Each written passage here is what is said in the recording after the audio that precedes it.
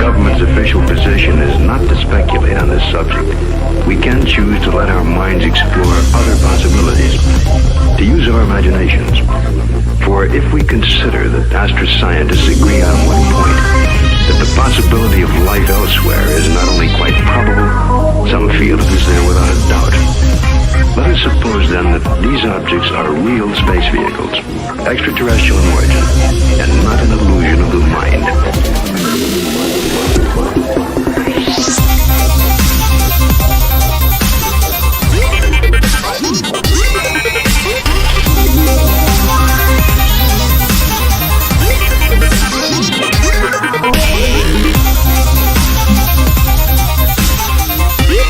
There's nothing to hide. There's nothing to hide at all.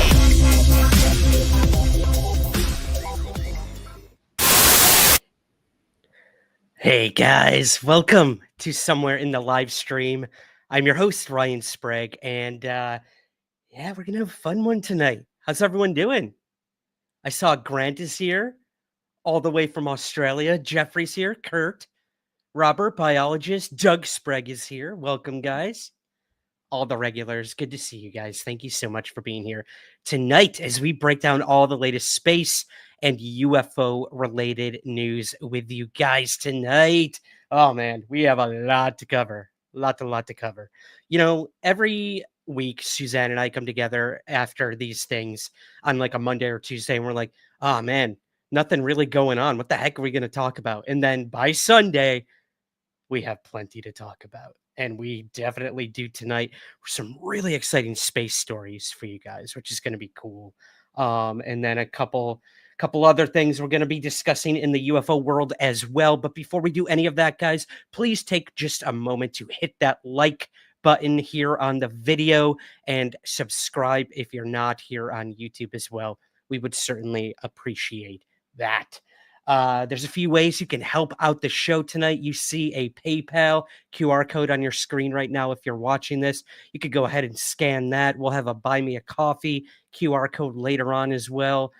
Super Chat is open tonight. Super stickers as well. We're going for a goal of 5 of those tonight, guys. So help us reach our goal and help support all of our work and endeavors here at Somewhere in the Live Stream and Somewhere in the Skies as well.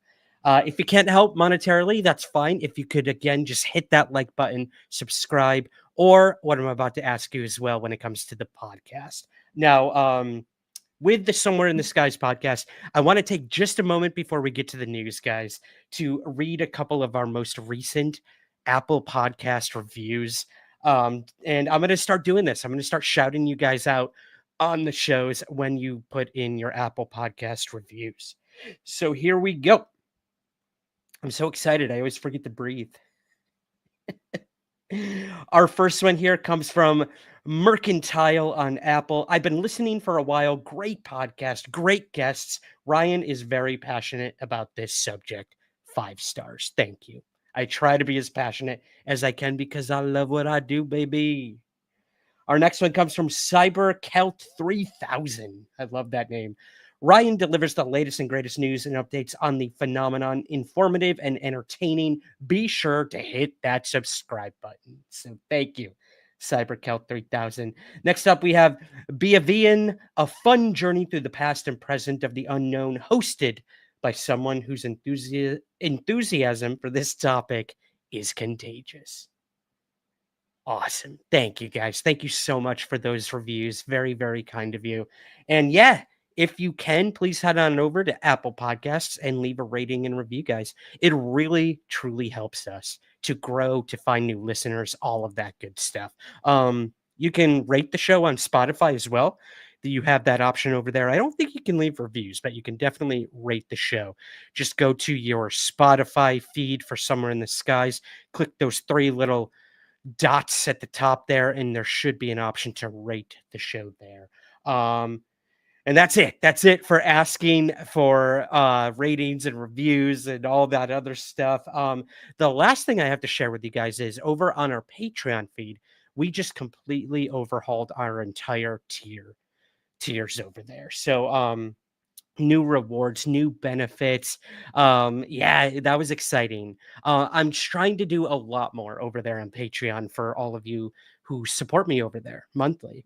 So we're doing a bunch of hangouts now. We've got a live chat going there. We've got the Discord where you guys can talk with me whenever we hop into these chats, and you can recommend stuff that we talk about on the show, guest suggestions, ask guests questions in our future episodes as well. All of that stuff is available over on Patreon as well. And a new perk we're offering is now some of you may know I write over on Medium. I have a Medium page where I write a ton of UFO articles, and I am cranking them out. I've been writing like crazy lately, and I love it. I love it. Stretching my research muscles again.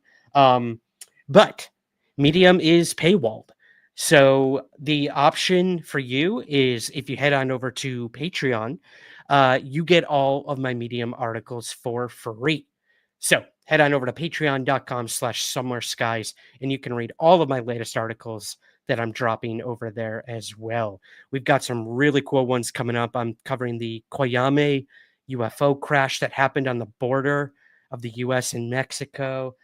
We've got one coming out on a Russian UFO crash where material was found and analyzed and tested. And we have images of those materials in the article coming up for you as well. That and so much more. The Coin Helicopter UFO event, we're covering that as well with some very rare footage from the United Nations General Assembly on UFOs that took place back in the 70s. Jacques Vallée was there. J. Allen Hynek. The Prime Minister of Grenada was there too. It was crazy. And we were able to obtain some very rare footage of that we included in that article as well. So again, if you do want to read any of those articles for free, all you got to do is go over to Patreon and help us out monthly. Tiers go from $1, $5, $10, and upwards from there with different benefits. So patreon.com/somewhereskies. Whew. I know a lot of you are skipping right through all of this when this is up in the archives and on the podcast, but I promise that's it. We're going to get to the news with you guys right now. And our first story of the night. This is pretty cool. The headline comes from SciTech Daily. Scientists are rethinking how to detect alien life by focusing on planets vastly different from Earth. So, we always think of looking for life elsewhere in the universe, according to our planet. What life is habitable, how it is habitable on our planet, how life is sustained on our planet. So we look for those Earth-like qualities in other planets. But NASA is now switching things up, changing things up with the James Webb Telescope. So let me go ahead and read from this article here. NASA's scientists are now taking a different approach to searching for alien life. Rather than looking for familiar biosignatures like oxygen, they're investigating methyl halides, gases produced by microbes on Earth that could be more easily detected in the thick hydrogen atmosphere of Hycean planets. And if you're like me, guys, you had to look up what a Hycean planet is, and I did just that.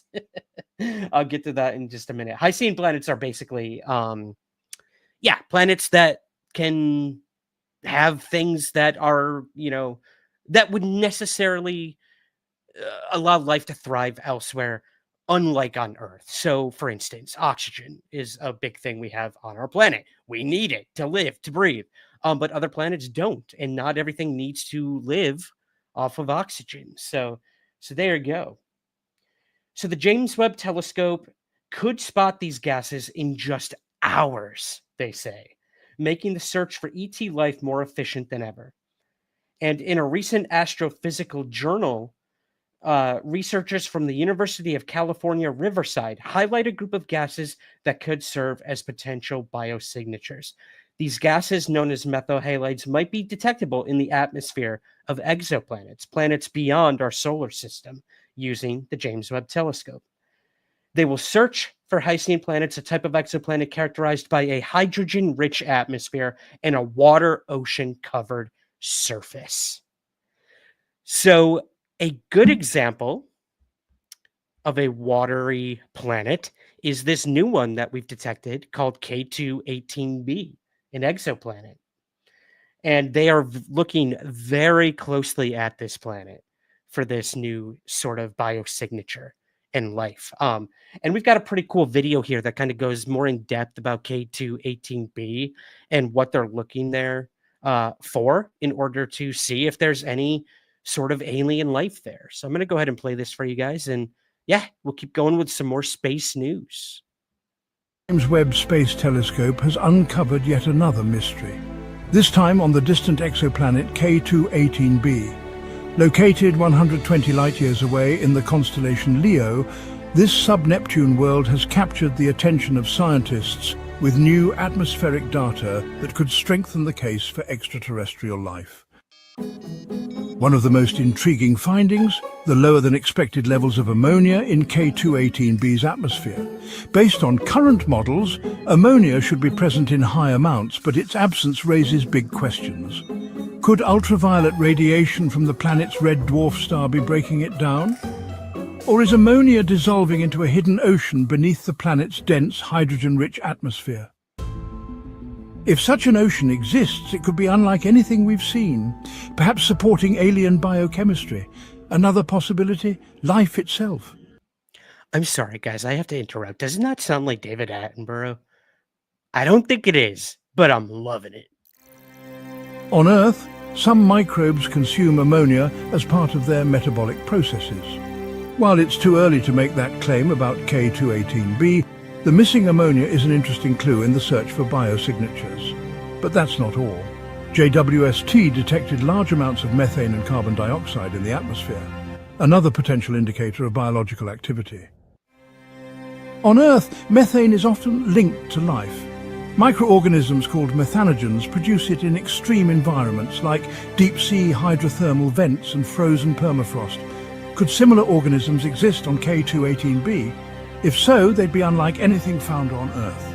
Instead of relying on water and oxygen, these life forms might metabolize methane and hydrocarbons. Their cell structures could be adapted to extreme cold, using liquid methane or ethane instead of water as a biological solvent. Some theories even suggest the possibility of larger, more complex methane-based organisms, a prospect that remains highly speculative yet fascinating.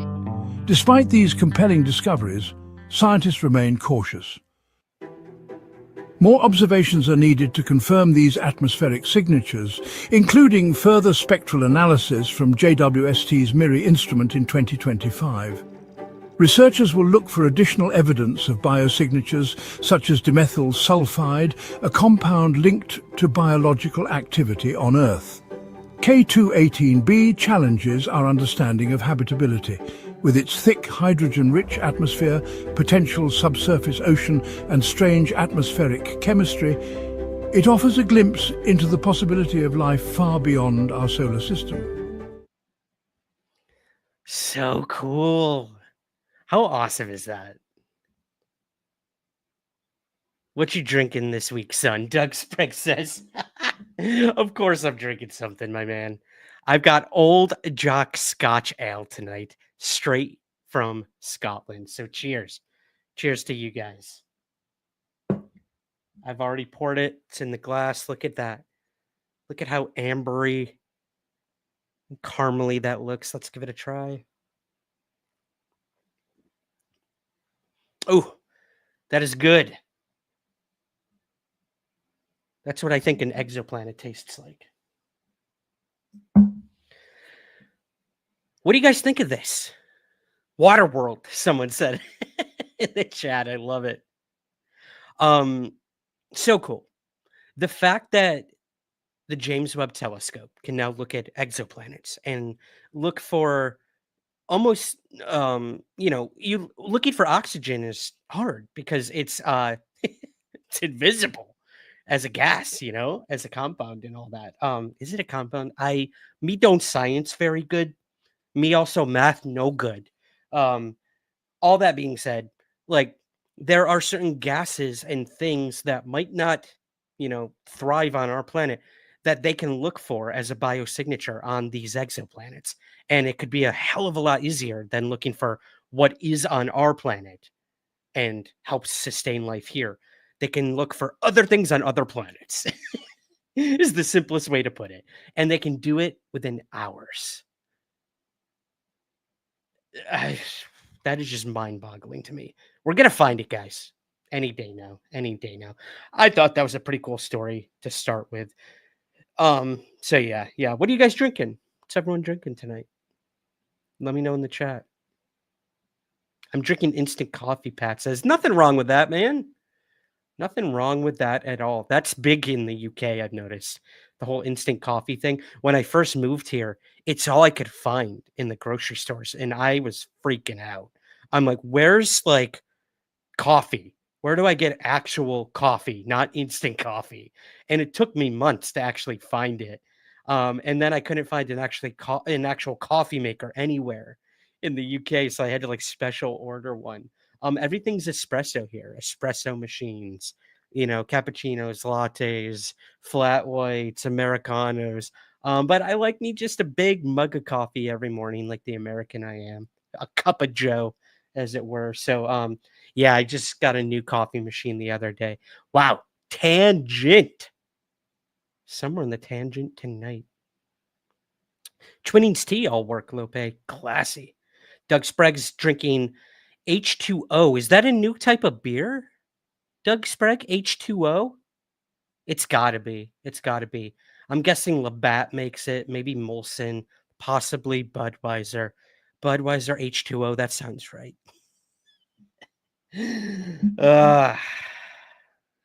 Cheers. H2O, baby, water world, exoplanets. Love it. Let's find that life. Let's move to our next space story, guys. And this is an exciting one. So happy. Look at these happy faces. They're back. They made it home. Our stranded astronauts are home. NASA astronauts Sunita Suni Williams and Barry Butch Wilmore embarked on a mission aboard Boeing's Starliner spacecraft on June 5th of 2024, initially planned as an 8-day journey to the International Space Station. However, shortly after docking, the Starliner experienced technical issues, including helium leaks and thruster malfunctions, rendering it unsafe for their return. That brief mission turned into a 9-month stay aboard the ISS. They returned on March 18th. And we have footage of that return, of them landing in the ocean, of them getting out. So exciting. I'm going to go ahead and play this news clip for you guys. I believe this is from Good Morning America in the States. And let's learn a little bit more about their safe return and what comes next for these very, very happy Earthlings back on their home planet. Seen here off the coast of Florida, a clean re-entry into the atmosphere and a splashdown that gave us dancing dolphins. The crew came out of the capsule with the biggest smiles on their faces this morning. They're waking up in Houston, Texas, getting ready to reunite with their families. And splashdown, Crew 9 back on Earth. NASA astronauts Sonny Williams and Butch Wilmore finally touching down back on Earth after an unplanned 9-month stay in space. Nick, Alex, Butch, Sonny, on behalf of SpaceX, welcome home. Moments earlier, the SpaceX Dragon capsule deploying parachutes, floating the crew down safely, landing off the coast of Florida at 5:57 Tuesday evening. The astronauts welcomed by a pod of dolphins before being lifted onto a recovery vessel. The crew all smiling and waving as they are assisted one by one out of the capsule, reacclimating to Earth's gravity. The crew's doing great. You know, they'll spend a little time on the recovery ship getting checked out. Undock sequence commanded. The members of Crew 9, Commander Nick Hague, cosmonaut Alexander Gorbanov, along with Sonny and Butch, undocking from the International Space Station early Tuesday. Crew 9's going home. 17 hours later, these first images captured by Mission Control. For Butch and Sonny, a long-awaited return after the original 8-day stopover mission turned into a 286-day ordeal due to technical issues with the Boeing Starliner, which was sent back without them in September. We've had opportunities to do all sorts of science, spacewalks. It's varied and pretty awesome, actually, opportunity to do something different every single day. Sonny breaking the record for the most spacewalking time by a woman at 62 hours and 6 minutes. The crew now undergoing medical evaluations, eager to reunite with their families. We're all excited. We're waiting for her. And NASA, as well as the medical teams, are still evaluating that crew this morning, making sure they're safe and healthy before reuniting with their family members. The timing on that is still up in the air, but we expect that to happen within the next day or two. And after everything that they've been through, especially Sonny and Butch, after that 9-month ordeal, NASA has promised them some much-needed time off. Guys? Well deserved. Yes, I think so. Yeah, I would say so. Well deserved. Wow. I'm very thankful they made it back down. I'm just a conspiracy guy, and I don't believe they're telling us everything that happened, Kurt says. Interesting. What do you think happened up there, Kurt? I'm curious to know. Someone said I would want a good burger after coming back. Yep, all work, low pay said that. I want to know what you guys think. What would you want? What's the first thing you would want when you got back after a 9-month, almost an 8.5-month extra stay in space? Time off, cash them in. Joseph, I know they are getting a healthy compensation that is discussed, has been discussed in certain articles and news outlets. So that's good. And well-needed time off. Lucy, an apology, right? That's, oh man, that's a good one. That's a good one. Someone also mentioned that they were experiencing problems coming back. Yeah, I mean, you would think that after 9 months in space, like there are definitely going to be some health issues and physiological effects to happen. I mean, the fact that you're in a non-gravitical atmosphere for that long, not atmosphere, not even, there's no gravity on the space station. So like you're not using your muscles as much for anything. There's no restriction stopping things and whatnot. So obviously your bone density is going to change. Your muscle mass, I'm sure, is going to drastically change. You know, when they got out, they, as you can see in this image here, they're in like wheelchairs basically because they I'm sure they're going to have to learn how to really walk again. on Earth with gravity. And I'm sure there will be a lot of health effects after this. And, things we'll know about, things we won't know about. But this is the risky take. And they just look so happy and they were doing their job and they would probably do it again. Uh, I don't know if I would, but amazing. I'm so happy for them that they finally made it home. So, a good story. A good story about stranded astronauts making it back to Earth. But I hate to do this, guys. We're going to have some emotional whiplash for you next. Stranded in space is one thing and coming back, but being stranded in the Antarctic and not getting rescued when something goes terribly, terribly wrong sounds like a horror movie, right? Sounds like The Thing, John Carpenter's The Thing. Well, it actually kind of happened. This comes to us from the BBC. Scientists trapped in Antarctica plead for help as violence breaks out. Whew. This is a scary one. So a group of South African scientists has pleaded for help, saying they are trapped in an isolated base on a cliff edge in Antarctica with a team member who has become violent. Oh man, this is not good. This is not good. Let's watch this video from BBC and we'll talk a little bit more about this unfortunate story. A team of research scientists working in the Antarctic have reportedly made a desperate appeal for help after they say a colleague threatened to kill one of them. The South African team are totally isolated at the remote research base, thousands of miles from South Africa.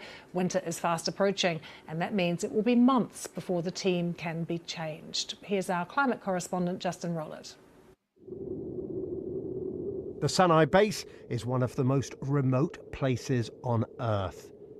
10 people were preparing to spend the Antarctic winter here. The base has plenty of amenities, as this video tour taken 4 years ago shows. And here we have the games room, right, where all the fun happens. But extreme weather and 24-hour darkness meant the current team didn't expect to see another human being for 6 months or so. Now today, the wind's about 30 knots and the temperature is about minus 28, minus 29. Then, an email last week claimed there'd been a violent attack, according to the South African newspapers. The email reportedly said one team member had threatened to kill another, creating, it said, an environment of fear and intimidation. The South African authorities have confirmed there was an assault. It was a dispute over a weather-dependent task that required a schedule change, they said. It doesn't sound much, but those who've spent time in Antarctica say overwintering on a base can be an incredibly intense experience. If you're there with just, maybe 10 other people as there were in Sinai, you get to know everything about the other person. You know exactly how they put their coffee cup down and what direction the handle points in. You know that they scratch their nose 3 times before they sit down. You know everything about them. And in the bad circumstances, it can start to irritate you. The South African Environment Ministry has said it is responding with utmost urgency, but with temperatures falling and the weather worsening as the Antarctic winter draws in, getting a rescue team in will be very challenging. Man, I feel so bad for them. I mean, again, almost like the astronauts, like these scientists, they know... I shouldn't say they know. They prepare physically, mentally, psychologically, which is the same thing, Ryan, for missions like this, where anything can happen, right? But when it comes to a team member who becomes unruly, who might have had some sort of psychotic break or cabin fever, as someone in the chat mentioned, and there's an assault and a threat on people's lives, that's scary. And the fact that they can't get anyone in there to come resolve this externally, or investigated even is it's troubling. It's troubling to say the least. And just looking at this base again on the side of this cliff with like below freezing temperatures and no hope of anyone coming to like save them, help them is just downright terrifying. So, I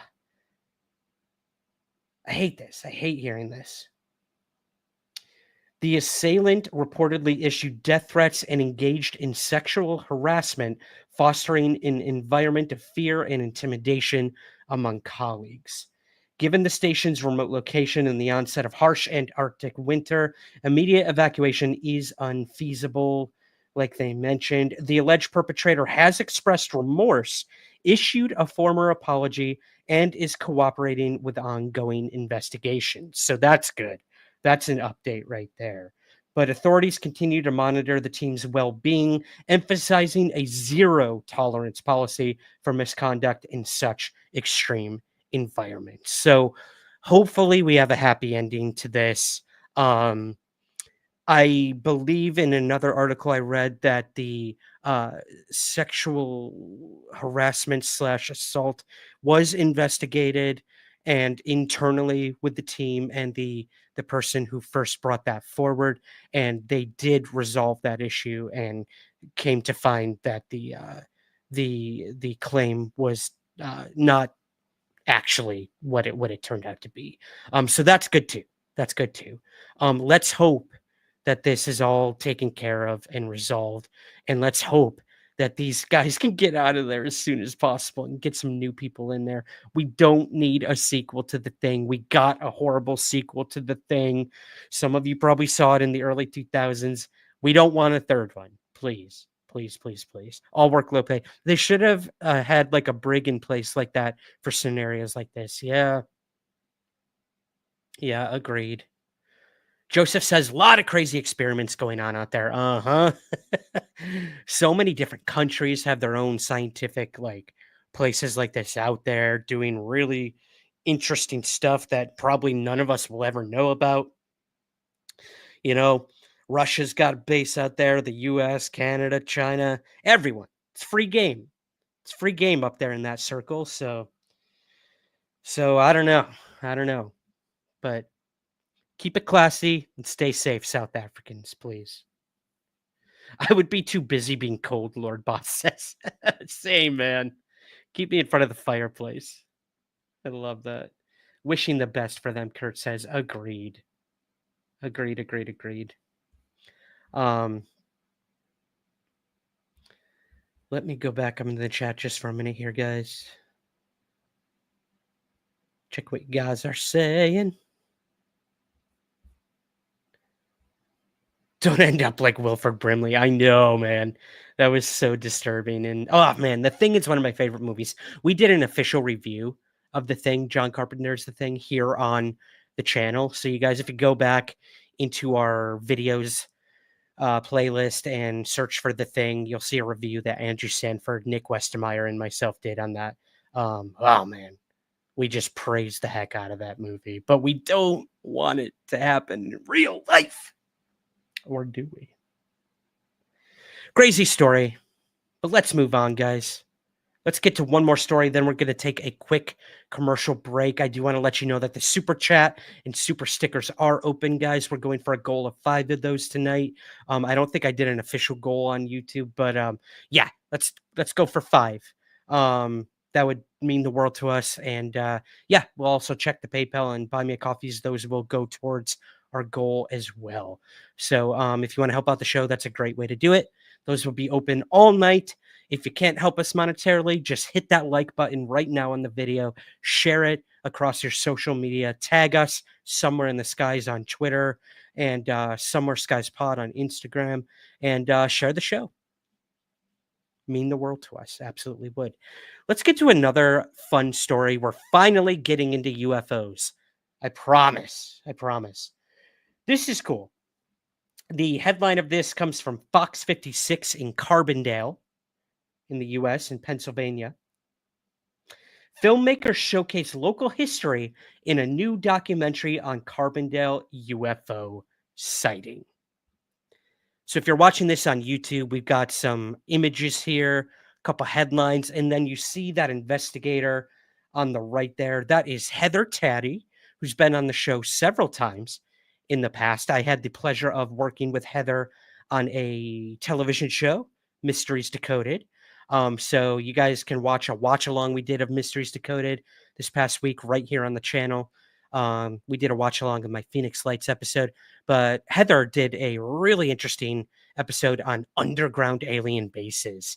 So I got to chat with her a little bit about that, talk to her about her other show that she did, the UFO Highway, a couple of years ago.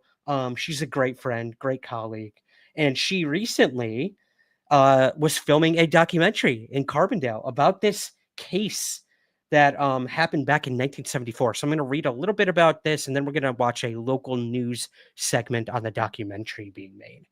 So the Carbondale UFO incident occurred on November 9th, 1974 in Carbondale, Pennsylvania, when 3 teenage boys reported seeing a glowing object fall from the sky and land in a pond. The object was said to emit a strange light and produce bubbles in the water, prompting the boys to alert local authorities. Police, firemen, and even military personnel responded, sealing off the area. Speculation quickly spread that it was a crashed UFO, especially as the pond was cordoned off for several days and divers were brought in to investigate. Wow. Sounds a lot like the Shag Harbor UFO incident, doesn't it? Interesting. But let's go ahead, guys, and watch a quick video about the documentary being made. I think Heather's actually in it, so let's give that a watch. I gotta share screen it because it wasn't downloadable. So give me just a moment here. Find that for you guys, and we'll give that a play. A decades-old mystery is coming back to life in Carbondale, where a new documentary is revisiting one of the most talked about UFO sightings in NEPA history. The film Fire in the Pond just started production, and it's already bringing renewed attention to the 1974 sighting that put Carbondale on the paranormal map. Fox 56's Elizabeth Hakis is live with more on the project. Elizabeth. 50 years ago, a glowing fireball reportedly fell into a pond in Carbondale. Now, a new documentary is taking a fresh look at this mystery, and it's all being filmed right here in NEPA. For decades, the Carbondale UFO sighting has been debated. What really fell into Silt Pond that night in 1974? The new film Fire in the Pond is exploring that question, mixing documentary and narrative storytelling to bring the legend back to life. Paranormal researcher and documentarian Heather Taddy is leading the investigation and says not all the evidence adds up. The eyewitness accounts aren't matching what was reported in the police documents. Just trying to match things up and just to really get to the bottom of like what happened here. But even if the truth is never fully uncovered, Taddy says the story itself is worth sharing. It's great because it's raising awareness for a big event that happened here, and now there's a festival every year, so raising awareness for that. And even if it was just a railroad lantern, it's something fun, and it's, teaching people about the history of the area. Producer Bob Savinkis says the project isn't just about uncovering the truth, it's also about showcasing local talent. We have a lot of great talent in our area, and it gives us a great opportunity to showcase that talent by making films in our area. So many times I hear people say, oh, we have to travel outside the area to Philly and New York and everything, but no, we can make, and we are making movies here in our area. And they're doing it in a unique way, blending real history with creative storytelling. We are making a unique project in that it's a documentary, mockumentary, narrative film. So it's a hybrid of media. So I think we're going to tell that story, the historical aspect of it, and then turn it into a narrative story. So we're going to entertain, but we're also going to educate people.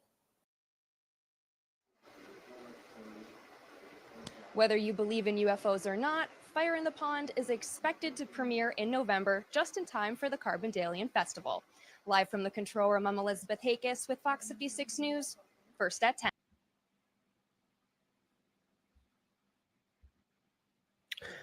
All right, I'm small. Let me get back.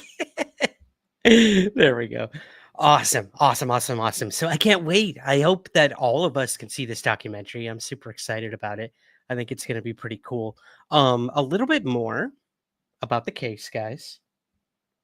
After several days of mystery and media coverage, officials recovered the object. You ready for this? It was an old, burned out railroad lantern. Authorities said the incident was either a hoax or a misidentified object. Despite the explanation, many locals and UFO enthusiasts remain skeptical, citing the secrecy and official presence as signs of a UFO cover-up. The Carbondale UFO became one of the more well-known small-town UFO stories of the 1970s, with some still believing something more unusual happened that night. Womp womp. Okay. The important thing here is that we don't know for sure. Could have been a hoax. Could have been something else. They did recover a lantern, so it most likely was just that. However, it's the curiosity and the intrigue that fueled this small town of Carbondale to now have a festival every year celebrating this event. And I am all for that. You look at any small town that embraces their paranormal hotspots, their UFO hotspots, cryptids, it really helps. It helps these towns, these communities, and it gives them something to be proud of. So let's not take that from them. I'm sure the documentary will cover the entire hoax aspect, but also leave it open to interpretation, as many in this town probably do themselves. So, yeah. I'm looking forward to November and hopefully being able to see that. We'll try to get Heather on to talk all about it as well.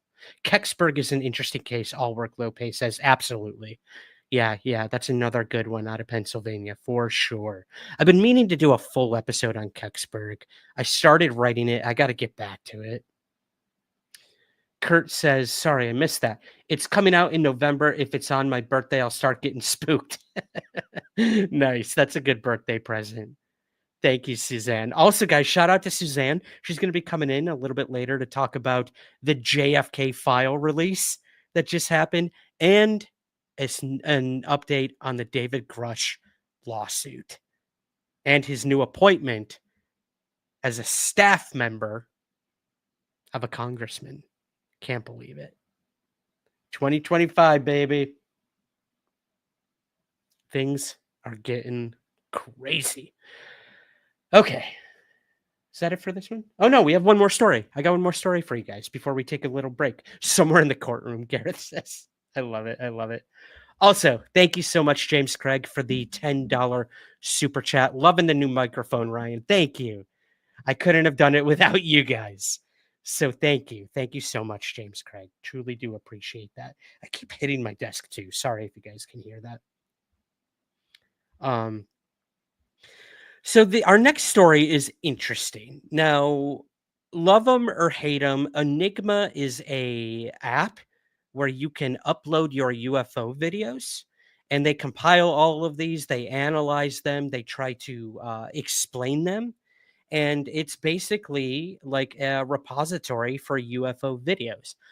There's been a lot of talk and speculation that this is like government funded, and they're all doing it to like get everyone's UFO files and take it from it, or that this is just a data mining app where, they find out where you are, where you're taking your videos.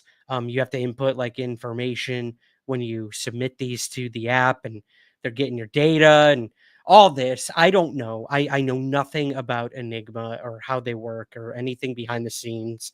But they did come out with a story recently through Alejandro Rojas, who works for Enigma Labs, formerly of Open Minds.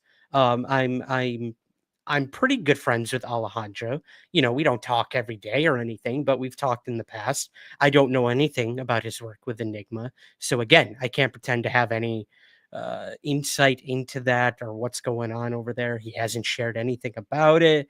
All this being said, They came up with their top 5 UFO videos of 2024. So I thought it'd be cool, guys, to go through these videos quick with you guys and get your thoughts on them. You think these are any good? You think these really deserve to be top 5? Well, Enigma Labs thought so. So let's go ahead and give these a look. Again, I got to share screen these because they were not downloadable. They're embedded. So let's go ahead, try the first one here. Let me see. All right. Here it is. So this was their number 5. And this one, I'll read a little bit about it after we watch the video.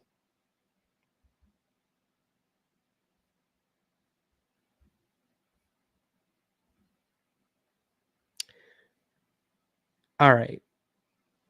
So upon first glance, not a lot. Okay. Getting better. I see almost a triangular formation there. Interesting. One light seems to be going out.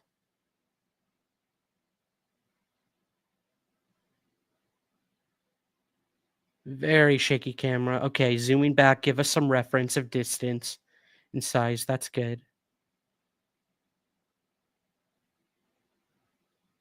So shaky.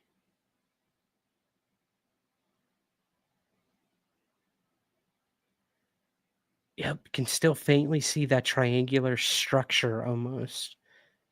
Not as in a craft, but okay, the lights seem to be moving. Maybe it's not a triangle. Suzanne says, this is almost identical to what I watched over Los Alamos last week. Interesting.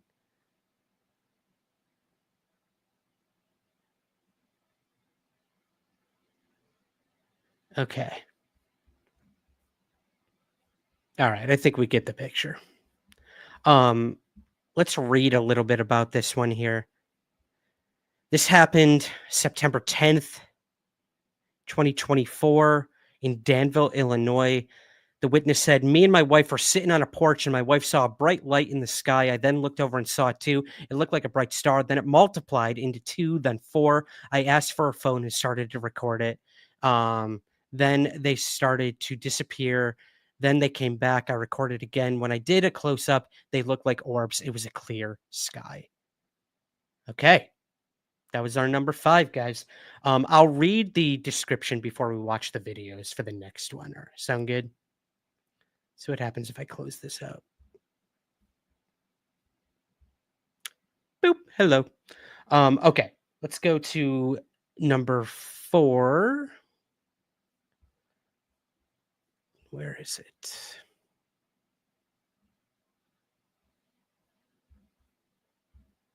Okay, here it is.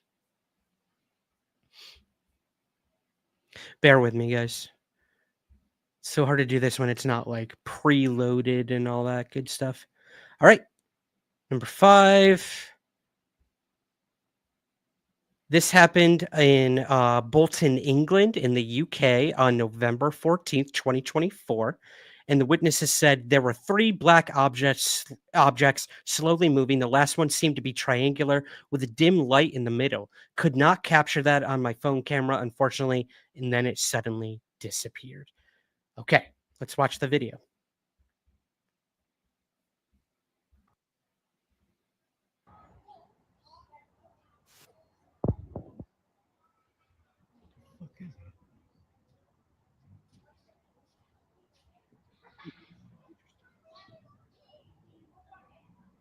Looks circular. Shit.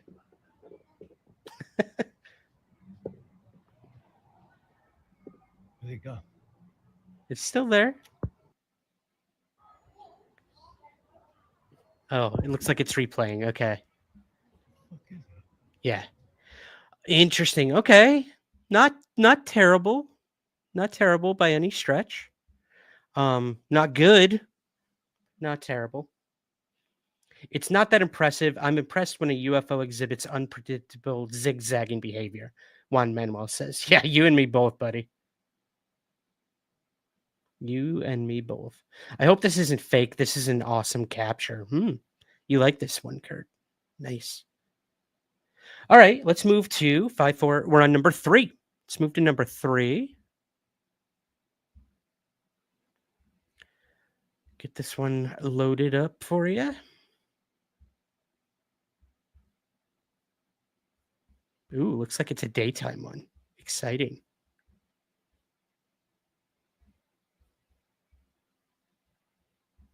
Okay. Here we go.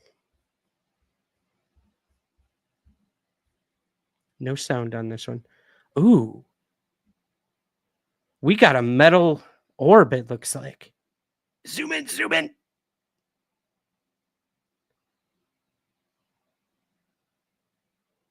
It almost looks like it's like almost slowing down and then speeding up again. Let's watch it again. Good. Give us some reference. Love it. These people are learning. People are learning. Yeah, see? It looked like it actually stopped. Huh. Okay. What do you guys think of this one? It's getting more interesting to me. This one's interesting, Lucy says. Now, I will be completely honest. While it is interesting, it does remind me a lot of a balloon. You know, the reason it could be slowing down and stopping is wind. This could just be a balloon that went off course or is by itself, or a little kid just, let go of their balloon on accident. Who knows? Or it could be a genuine metal sphere. We just don't know. We can't see it up close enough. I'm going to put a link to this article that has all the videos, guys. You might be able to zoom in a little bit more. I can't do that on share screen here, which is unfortunate. But yeah, not a bad video. Definitely one of the better ones. Okay, let's move to our next one. Yeah, I'm not sure what that is without being able to actually touch it in person. Yep. That's always the curse of videos, right? Okay. Let's move to our number, what are we on? 2. Give me 1 sec here, guys.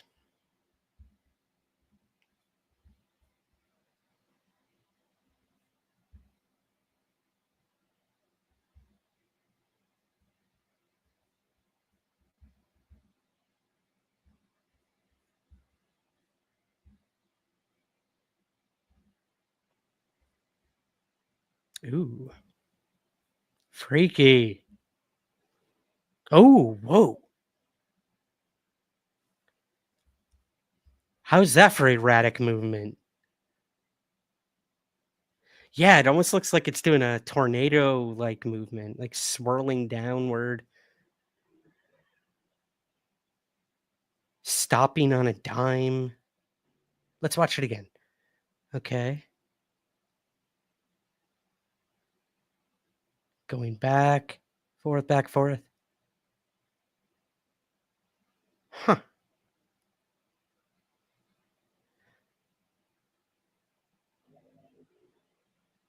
A firefly, perhaps, Pat says. Could be spider on a line if it's on a web. Interesting theories, guys. Moth. This could be a bug, could be an insect up close.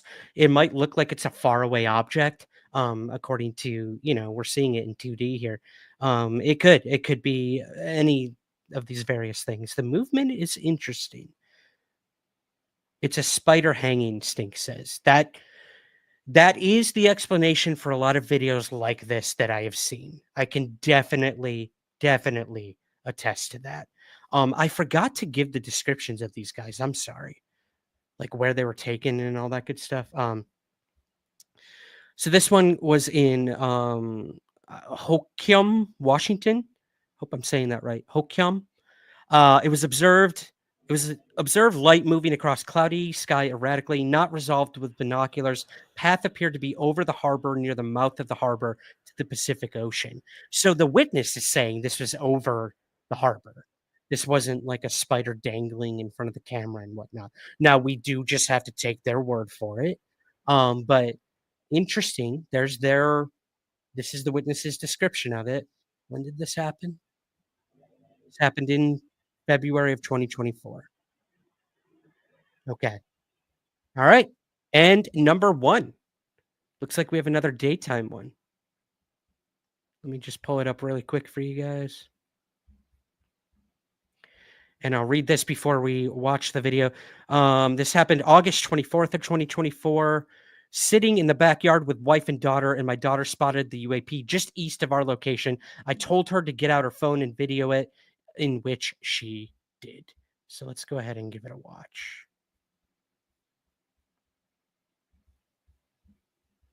Can't see it.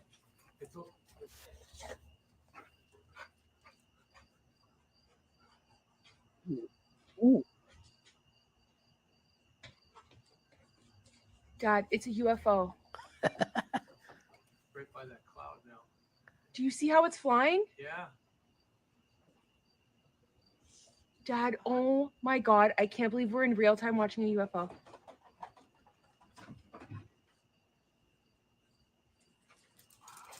Ooh. That thing is fast. Yeah. I love the daughter's commentary that makes this video. It's shiny, it looks like. Dad, it's a UFO. Orb-like. Orange, Do you see how it's amber. flying? Yeah. Stopping. Dad, oh my God, I can't believe we're in real time watching a UFO. Huh.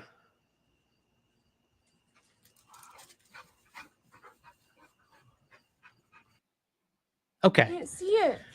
Okay. That one's freaky.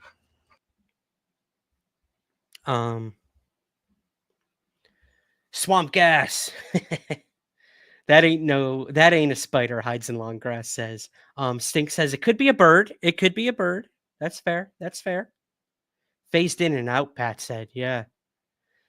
All right, guys. Well, hey, that was Enigma's top 5 videos of 2024. I'm sure some of you were incredibly underwhelmed. But some of them were interesting. But again, they're videos. We can't, none of us can definitively prove anything with these. Hopefully Enigma might be able to find some answers. I hope that's what their intention is in collecting these. So we'll see. But that was their top 5 UFO videos of 2024. So shout out to Enigma, and you guys can head on over to their website, enigmalabs.io, I believe. And check out more videos there and submit your own if you're interested in that. Or if you think they're a data mining conspiracy government funded company, then don't. I don't care either way. We are impartial here.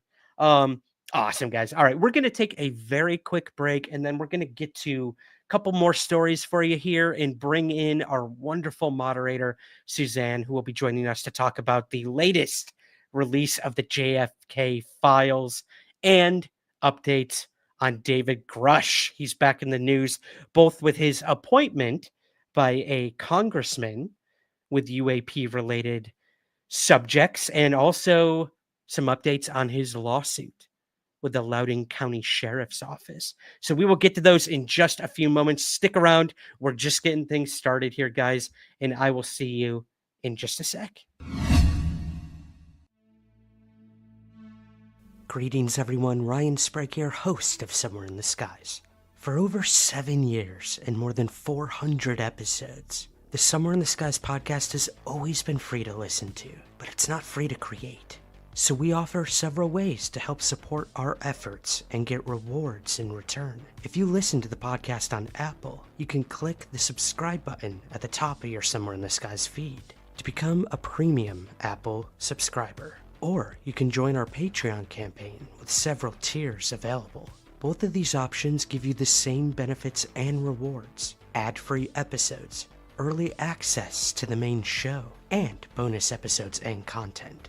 Help keep the lights on at the Somewhere in the Skies HQ, and help us continue to grow by becoming a Patreon subscriber at patreon.com/somewhereskies, or by clicking the subscribe button at the top of your Apple feed.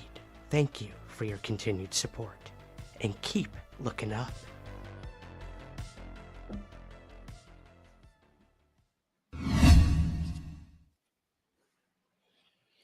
Welcome back, guys, to somewhere in the live stream. I forgot the name of my own show for a minute. I apologize. We got a lot more to discuss, so we're not really going to waste any more time. But if you are just joining us, we're covering all the latest space-related and UFO news here, and we've got some more. But before we do that, I want to once again thank James Craig and new super chatter Todd Casey. Thank you so much, guys, for the super chats. Rock on, Ryan. Todd says, really do appreciate that, guys. All right. What's next? Guys, remember the Cosford UFO incident that happened in the UK? Well, Nick Pope does, because he investigated it. That's right. It is Pope Hour, baby. We're going to be talking about the 32-year anniversary of the Cosford UFO wave of 1993 that happened this month, the month of March. It happened about a week from now. So I figured we would cover it tonight with you guys. So for those who may not be familiar with the Cosford UFO incident, it occurred on the night of March 30th, 1993, and is one of the most notable UFO sightings in the UK. Witnesses across southwest England and Wales reported seeing a large triangular-shaped object flying silently at a low altitude. The object was described as moving quickly with bright lights, and in some cases, it caused physical effects such as electrical interference. Reports came from multiple locations, but a particularly significant one came from RAF Cosford, a Royal Air Force base, which gave the incident its name. Nick Pope investigated the case at the time for the Ministry of Defense. And I'm actually going to play a clip, guys, of an interview with Nick Pope where he talks about his investigation of the famous Cosford UFO case, sort of walking us through what it was, what he personally investigated with it, and kind of where it stands on the case now, some 32 years later. So let's go ahead and give this clip a watch, and we'll talk a little bit more about Cosford on the other side. Wave of sightings that took place over a period of about, I think, 8 hours. No, pardon me, 6 hours, approximately 6 hours. Secondly, it involved multiple different locations all around the UK, but many of the witnesses were police and military personnel, and in particular, 2 Air Force bases in the Midlands, Cosford and Shawbury. Lots of the reports involved huge triangular-shaped craft, which seemed to be capable of moving from a very slow speed or a hover to very high Mach speeds in an instant with no sonic boom. We had that. We had a patrol of Royal Air Force police officers saw it at RAF Cosford. The meteorological officer saw it at RAF Shawbury. He saw a narrow beam of light come down at the ground, tracking backwards and forwards. He heard an unpleasant low-frequency humming sound that he said he could feel reverberating through his body as well as hear it. I've heard that from some of the other witnesses. And this was, I mean, when I talked to this last witness that I'm talking about, he said to me the following morning when I interviewed him, he said, Nick, I've been in the Air Force 8 years. I see and hear fast jets, attack helicopters, whatever, almost every day. It's kind of like my job. He said, I've never seen anything like this before in my life. And it clearly unnerved him and unnerved a number of the other police and military witnesses. And there's a declassified file on it at the National Archives, which I opened, and so people can follow some of the story in there. And there have been a couple of TV documentaries about it. Really, really interesting case. And of course, there's not much middle ground with a sighting like that. We found a cluster of sightings at about 1:10 in the morning were attributable to the re-entry into the Earth's atmosphere of a Russian rocket. there was one other really spooky thing about this case, and I couldn't quite put my finger on it at first. I realized that at the back of my mind while I was doing the investigation, I thought there's something odd about the date. Something, I couldn't quite figure it. And then 2 or 3 weeks later, after the investigation had wound down, after the diplomatic aspects of this had wound down, because we'd been talking to the US government about this, firstly, to check that they weren't testing some sort of prototype aircraft, but secondly, because they were having sightings of their own, and they were asking us about our sightings. But when everything wound down, I realized what it was, and it was the fact that these sightings happened late on March 30th and in the early hours of March 31st, 1993. Well, on that exact same night, 3 years earlier, a very similar UFO had entered Belgian airspace, had been tracked on Belgian national radar and on the NATO integrated radar network. The Belgians had actually scrambled 2 F-16 fighters to intercept this craft. They'd locked onto it with their airborne radars. And yeah, as I say, it was only a little later that I realized, wow, it's the exact same night of the year, but 3 years on. What did that mean? We didn't know, but it was interesting. In all my defense career, I was taught, don't believe in coincidences.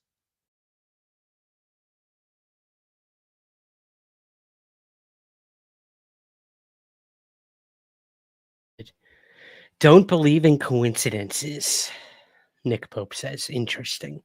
That's interesting. I didn't know that the Cosford event happened the same time as the Belgian triangle. That's crazy. That never even dawned on me. Wow. This thing was just coasting everywhere, right? All across Europe. Dang. B2 Stealth Stink says. Could be. Nobody truly knows. I talked to Nick Cook. Sat down and interviewed him for like 2 hours for an article I wrote about black triangles. It was not a podcast. It didn't air, but it was a private conversation we had about certain elements of defense work that he had done and researched. And I wanted to interview him all about the black triangles. And this case did come up during our conversation. And it's a good one. It's a really good case. And Nick Pope was there front and center working for the MOD at their UFO desk. I know that's extremely contentious for many people who don't believe he actually did anything, that he was just a pencil pusher or whatnot. I don't know. I've met Nick several times. I've had beers with the guy. I should say one beer because he was completely shit-faced after about 2 sips of beer, but that's a story for another time. Someone did ask me, are you friends with Nick Pope? Ryan, have you met Nick and are you guys close friends despite his politics? I wouldn't say we're close friends. We're friendly acquaintances. Like I've never other than like at events where we've, like I said, had 2 sips of beer together. I do not clearly have the same politics as Nick Pope at all. I don't think we could be any further on that topic. However, UFOs is one topic that he and I can agree on, that it needs to continue to be studied and that we got to keep pushing for answers to a lot of this stuff. So if there's one thing we can agree on, it's that, and basically nothing else. But yeah, I thought it would be cool to celebrate the 32nd anniversary of the Cosford UFO wave with you guys here. And that was an interesting clip. Huge thank you to Nisa. Welcome, making the donuts tonight. Hope this helps. Anything helps, Nisa. Thank you. Thank you so much. Truly do appreciate that, as always. Thank you for being here, as always, as well. You the best. You all are. Thank you, guys. Thanks for watching tonight. I truly do appreciate it. hit that like button for me if you can. Would truly appreciate that. If you're watching on YouTube, if you're listening to this on the podcast in the future, make sure to subscribe and rate and review on Apple. We would truly appreciate that as well. I'd like to hear that story, Ryan. The biologist says, someday, my friend. UFOs are bipartisan, baby. All work low pay says, to an extent. To an extent. We'll get to that. Who's ready for some JFK talk? You guys ready? Let's go there. So this past week, under the auspices of the President of the United States of America, we received 80,000 pages of documents in relation to the JFK assassination. 80,000 pages. Wow. But did anything new come to light? Did we crack the case? The conspiracy? That's for you guys to decide. I will highlight some of the things that I found notable about the release of these files. John Greenwald over at the Black Vault has done an incredible feat, an incredible job of putting all of these documents in one place and made them searchable, which the United States government and the National Archives refuse to do themselves. Lazy bastards. But John Greenwald did it. I put a link in the show notes for you guys where you can go to John's site and look at the documents. They're searchable. They're itemized. He has done an incredible job with that. So thank you, John Greenwald. But let's watch a quick video from News Nation. Actually, no, I think this isn't News Nation. I think it's actually ABC News or one of the major news outlets about the release of these files, a little bit more about it. And then I'm going to list off the highlights from this, and we will bring in our wonderful moderator, Suzanne, for that as well. So go ahead and give this a watch. And yeah, we'll get all JFK on your asses on the other side. National Archives a short time ago released thousands of new pages of declassified records related to President John F. Kennedy's assassination. President Trump announced the impending release last night, causing attorneys within the Justice Department to stay up all night to assist with the declassification process. Now, this is a small tranche from the more than 6 million pages of records in the National Archives collection. The majority have already been declassified over the years and are available online. Joining us now from Washington is ABC's Terry Moran. Terry, great to see you. So within days of coming into office, President Trump said he would declassify these documents.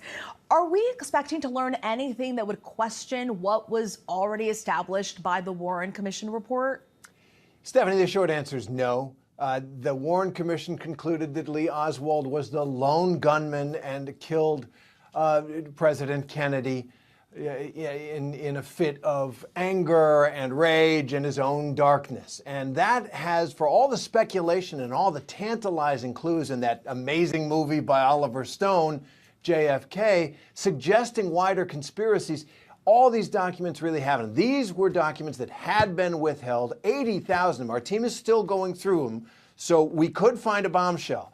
But right now, what we're mostly seeing, and the CIA didn't want to release some of this, is the surveillance. The CIA was surveilling Lee Harvey Oswald on his trips to Mexico. He was in Finland. He was only 24 when he was killed, so he got around.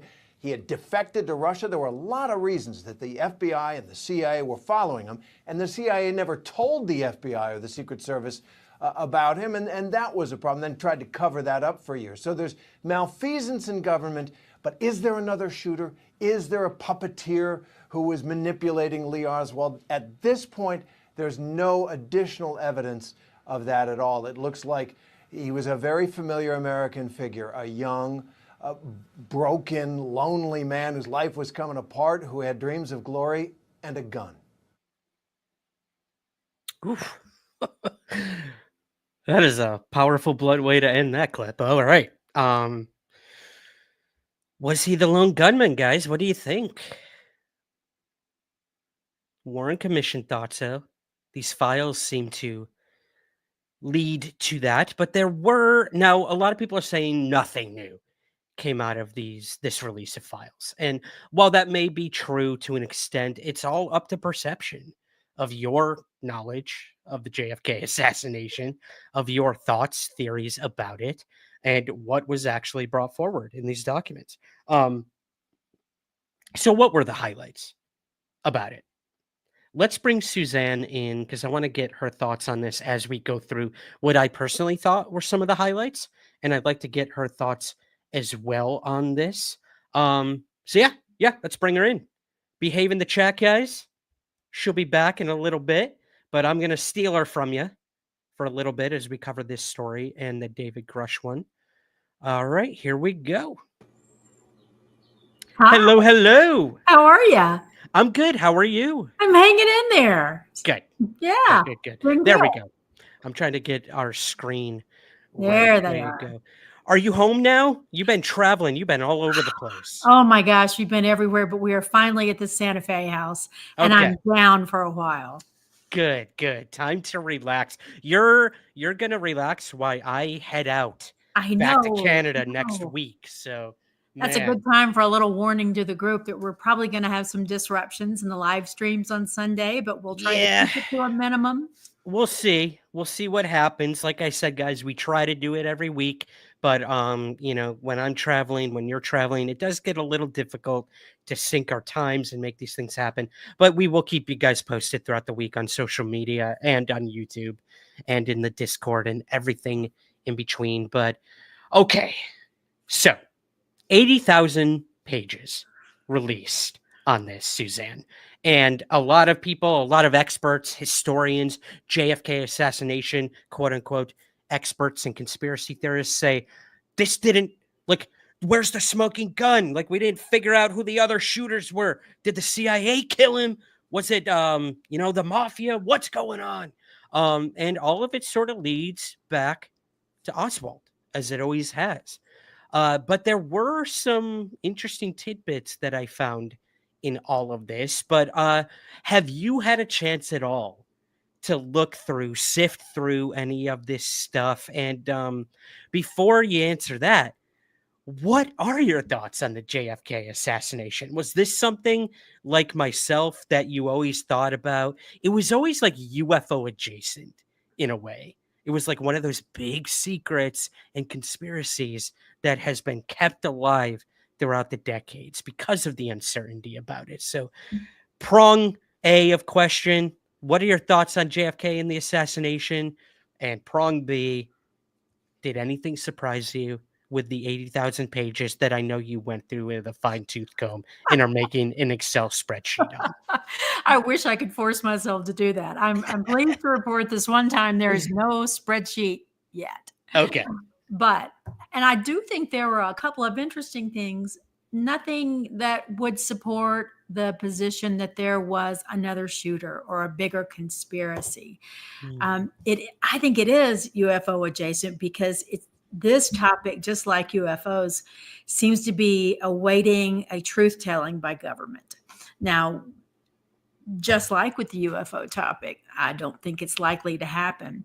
I did find it interesting, and I want to hear what you thought about all the little negative marks clicking off against the CIA. He clearly did not trust them. And they were clearly all up in Oswald's business, earlier. And I guess maybe a communication failure about him, although that has not been said. It just sort of reads like that, to fail to warn that this guy was out there. But what about you? Did you see anything you thought was different and new? So, I mean, obviously, like many, I haven't had a chance to go through all of it. A lot of it is very hard to read. The copies that were released are blurry at best. A billion things were redacted, as they always have been. But hey, like, now the true work begins, and people like John Greenwald have already began that work.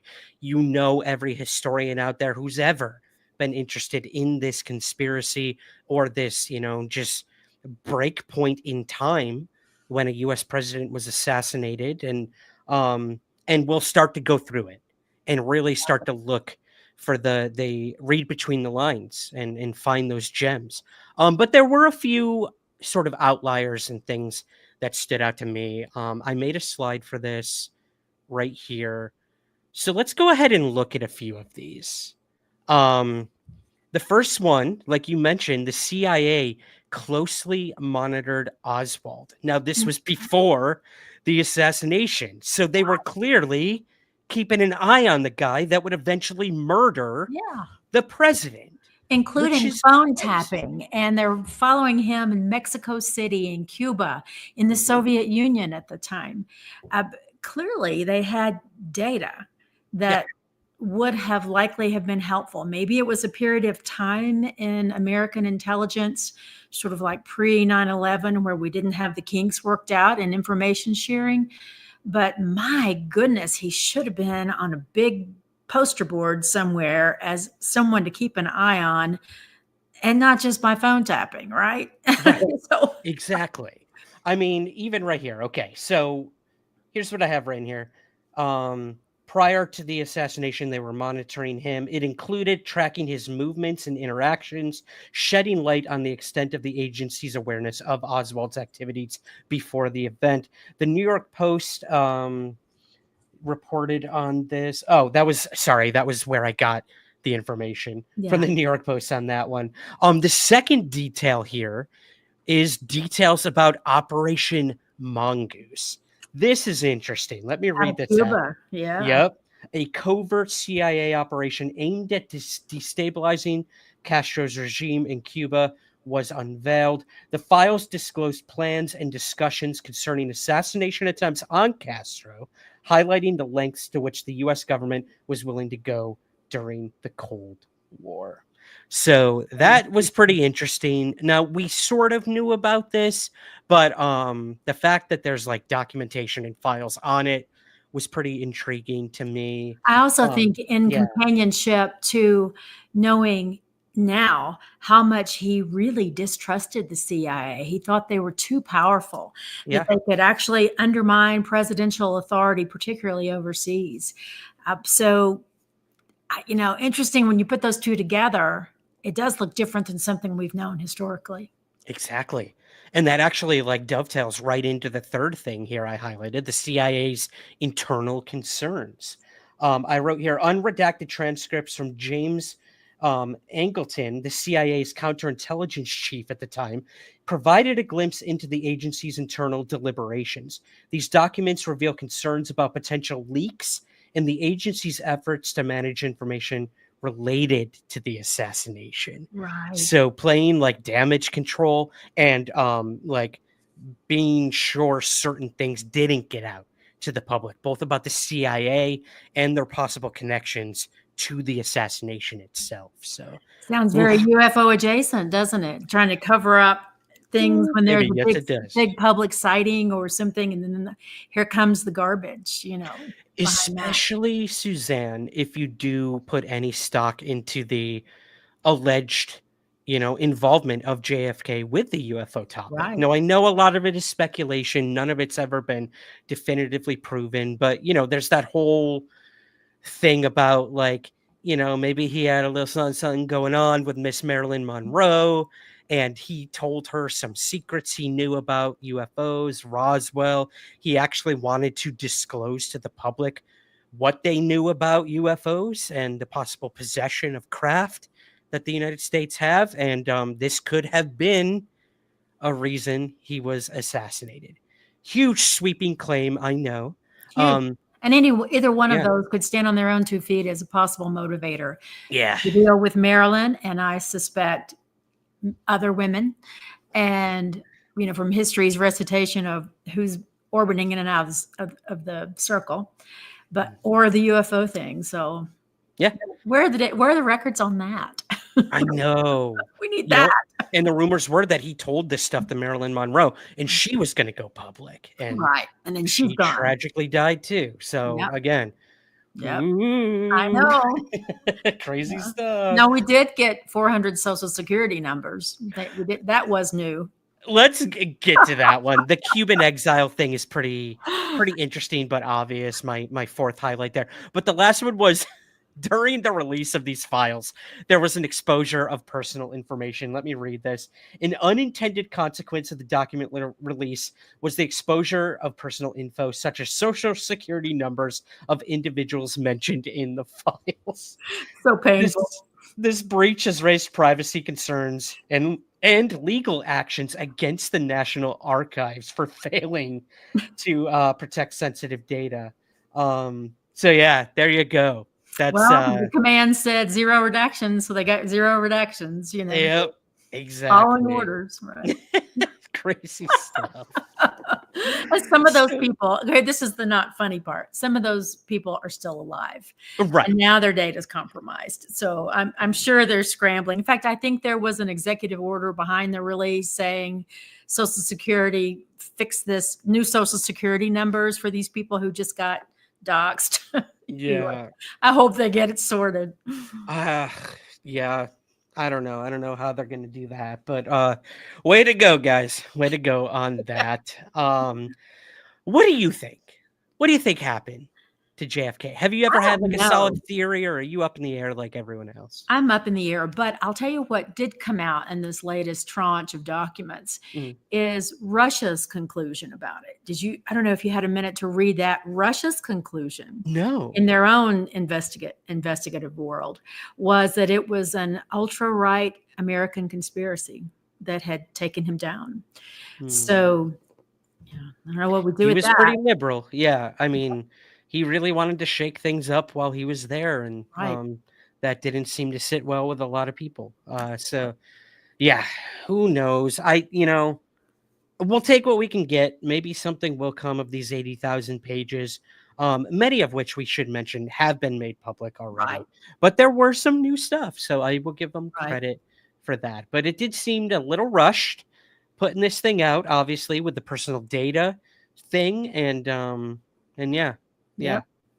I don't know. I honestly, I don't think it was a lone gunman. You don't? Personally, I do not. The whole magic bullet thing, and it's something I've always wanted to look further into. Now, I started reading a book about JFK and his brother, but it wasn't really about the assassination. It was about their lives and his presidency and Robert's work. But I like most people watched the Oliver Stone movie. Sure. That's where I got most of my JFK information, and Bryce Zabel's amazing Dark Skies television series that really took it in the UFO direction. But he's been really quiet lately. I wonder if he's up to his eyeballs in these documents. Right? Yeah. I know. I'd be interested to hear what Bryce Zabel thinks about all this. I'll have to watch a little more closely, see if I can catch him on it. Yeah. Yeah. Start surveilling him like the CIA. Electronically. Right. Oh, man. All right. Let me go up in the chat because I know we've been, I want to make sure.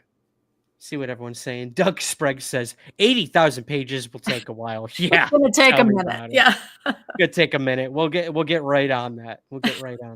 Actually, Dad, that'll be a good project for you for next weekend. So get on that, will you? Don't take it, Douglas Sprague. What do you guys think in the chat? Let us know. What do you think happened to JFK? Let us know in the chat and in the comments below. We would love to know what you think of the JFK assassination, and what did you find most compelling and interesting about these files? Are you seeing something we don't see? Exactly. Yeah. We're up to our eyes and ears in UFO information, but what is actually in these documents? So Lucy says Seinfeld was my first intro to JFK. Have you seen that episode, Suzanne? Oh my God. I think I posted it in the Facebook page. I think you did. I think I did. Yeah. Yep. I just watched it. I literally just watched that episode the other day. Back into the left. Back into the left. Love it. That's so disrespectful. But I know. Too soon. Well, you know what's not too soon? What's not too soon? Grush talk. Oh my gosh. Never too soon for Grush talk. You ready? I'm ready. Let's get to our last story of the night.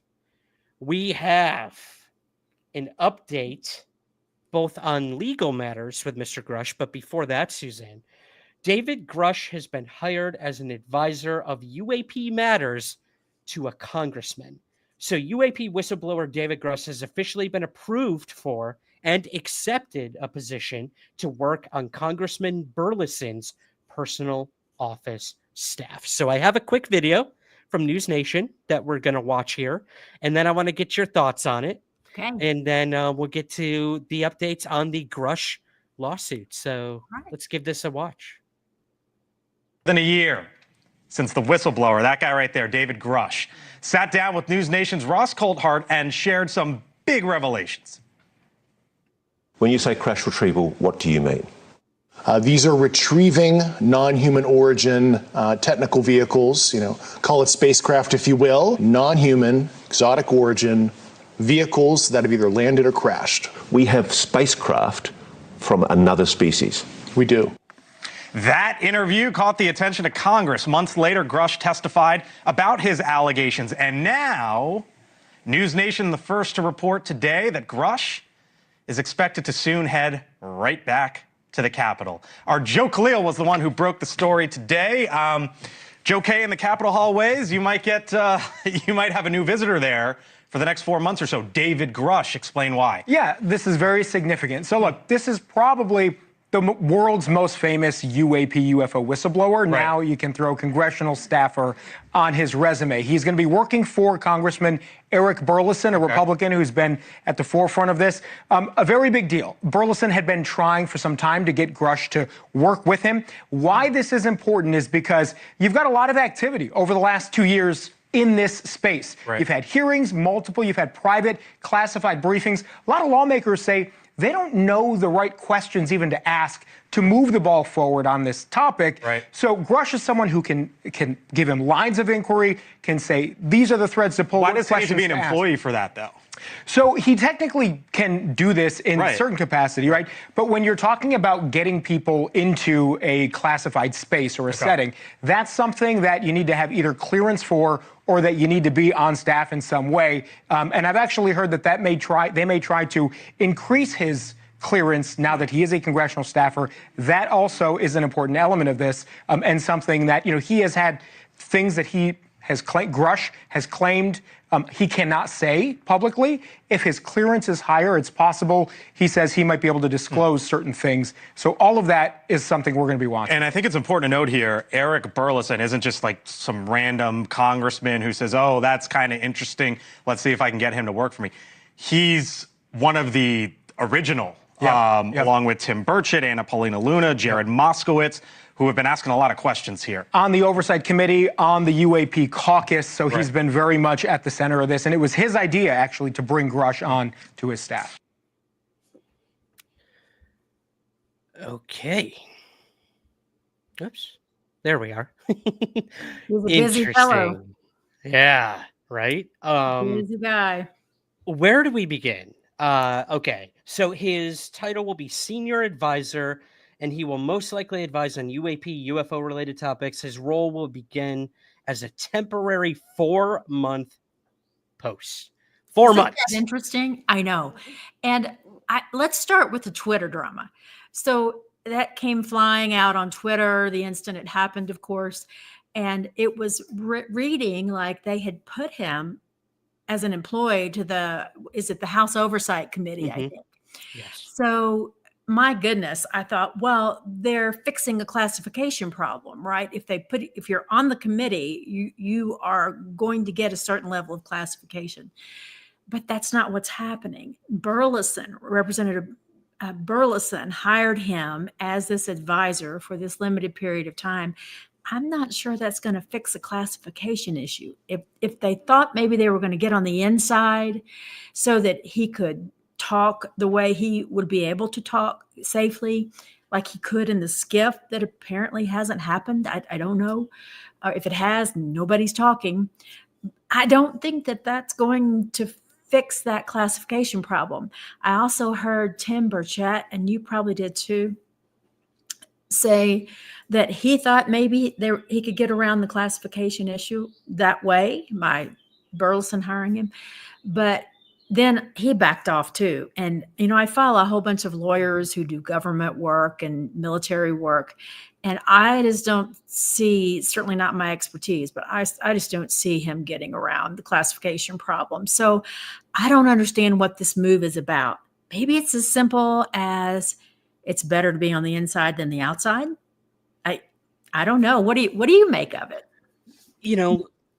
A lot of people do say that the way to shake things up is from the inside. Right. So, I mean, maybe it's possible Grush thinks that by getting inside, he will have more possibilities to get information out.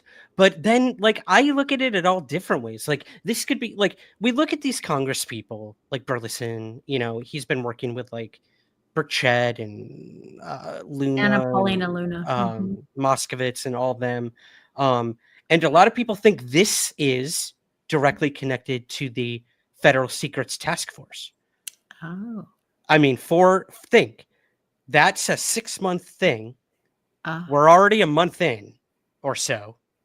Grush is being brought into this for 4 months.